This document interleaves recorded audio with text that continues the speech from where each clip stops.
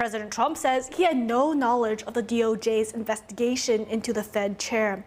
Trump criticized Powell in an interview with NBC News yesterday, and he accused him of not doing a good job at the Fed.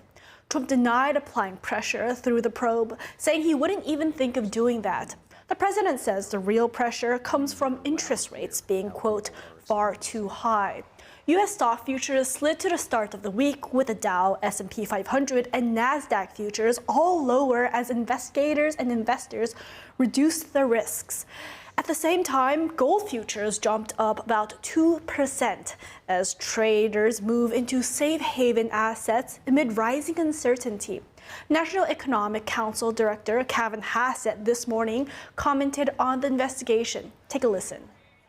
I respect the independence of the Justice Department and the Fed, but I've not seen any materials that have been handed to the Fed by the Justice Department. I guess the question is, if you think the building costs $20 billion or $10 billion, do you think at some point that it's appropriate for the federal government to investigate?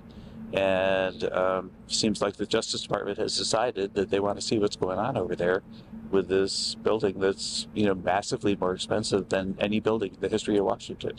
And if I were Fed chair, I would want them to do that.